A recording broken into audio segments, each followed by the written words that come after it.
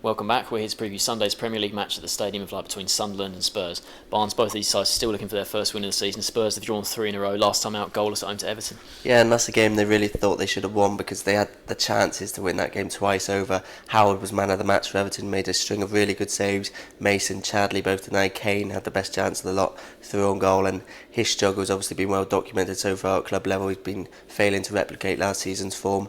But that Everton game, there was just the cutting edge was missing. They're missing something that they had last season. They would have probably won that game last season. I know they fell short of their goals last season, but those were the type of games with the chances they might have been taken away. And to have gone without a win for the first 4 games of the season, really disappointing start for them because they would have had ambitions of maybe challenging the top 4 again, certainly getting into the 5th and 6th. And it's a very crowded place that in the top half now with the likes of Stoke, Palace all improving. They're going to find it tough to hold on to those 6th and 7th places, 5th, 6th, 7th, with Liverpool in there as well, and Everton doing quite well so far this season. So they need to get that first win under their belt soon. They'll be confident of getting it here, but the sooner the better for them because even the draws they've had so far have been pretty disappointing. Yeah, and you mentioned there does seem to be a lot of teams ready to challenge them for that sort of top 6 spot, and now as of next week they're going to have to start juggling the Europa League as well, which makes it even more difficult. And looking at their sort of deadline day business, they didn't really do anything on deadline day, did they? Lost Lennon to Everton, but the Berahino thing was the big thing. Could they get him? For me, I know they kept going in with, I think it was 4 or 5 bids they made in the end, but to pay more than 20 million for Berahino is just madness for me.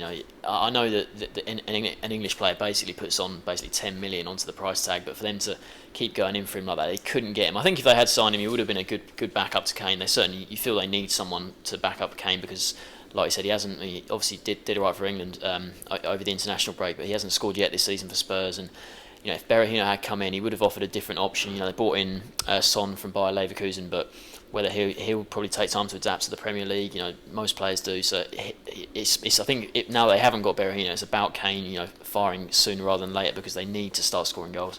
Yeah, Kane's the big target man for them now, isn't he? He's the man they need to start firing.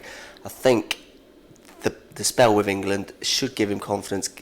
Started both games off the bench, but came on and scored in both of them.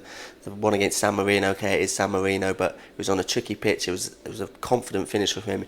He certainly didn't look like a player who was lacking confidence. He's been saying all along he doesn't lack confidence. He's not really much of a confidence player. He's always got confidence in his own ability, and it looked like that the way he was playing for England.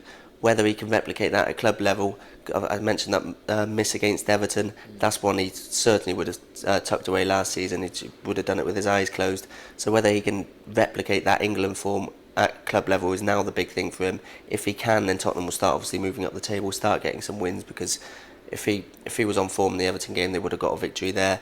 You would see him getting 1-2 chances a game and he'll tuck some of those away. But at the moment, even in the England games, he just looked a bit too eager to get the goal. He's shooting from range, which he never really did. You saw him as more of a penalty box striker mainly last season, but every time he gets the ball, he's turning and shooting from range, just rushing the shots, which isn't something we saw from him last season. So I think he's very keen to get that Premier League duck off his back, and if he does that this game, then he can move on to bigger and better things, I think. Yeah, but if there's one team to score against, it's bottom of the table Sunderland, worst defence in the league. So this does offer him a very good chance to sort of, like you say, break that duck. But Sunderland, very poor start to the season, wasn't it? Losing those big defeats to Leicester and Norwich. But since then, if you include the League Cup as well, they're unbeaten, a draw, a win and a draw. And last time out, they go to Villa and get a 2-2 draw. Yeah, it's an okay result. Villa, one of those sides that you'd probably expect to be sort of battling relegation this season. And I think the big thing for Sunderland was 2 new signings getting on the score sheet as well, and Villa opened the scoring with a great free kick from him. I didn't know he had that on his locker, to be honest. I thought he was a sort of defensive sort of anchor man, but it was a great free kick from him, and then Lenz getting the other one as well. He was their sort of big money signing this summer, so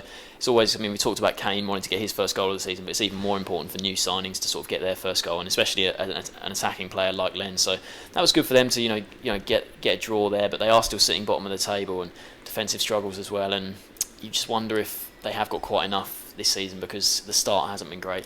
Yeah, and there's another new signing, Toivonen, who set up Lenz for his goal as well, so he impressed. And with Barini back from Liverpool, they should have more of an impact in the final third now, because Barini, he really impressed season he was on loan from Liverpool. If he can replicate that form, he'll go a lot. He went a long way to helping Sunderland stay up that year. He'll go a long way to helping Sunderland stay up this year.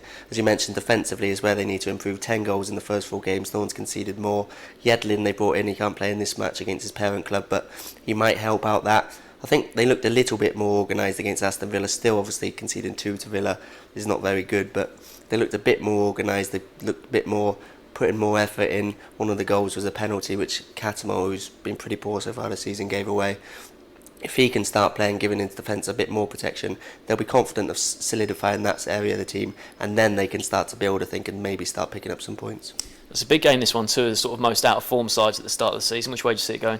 Yeah, I think this might be the one Tottenham get their first victory of the season. I think Kane will take confidence from the England one. I can see him getting on the score sheet in a 2-0 win for Tottenham. Yeah, I agree with that. I think Kane, like you say, I was really impressed with both finishes in the 2 England games that he played, and I think, like you say, I think he'll break his duck here, but I think it could be a really tight game. I'm going to back Spurs to win 1-0, so both see Spurs winning this one. Thanks for joining us.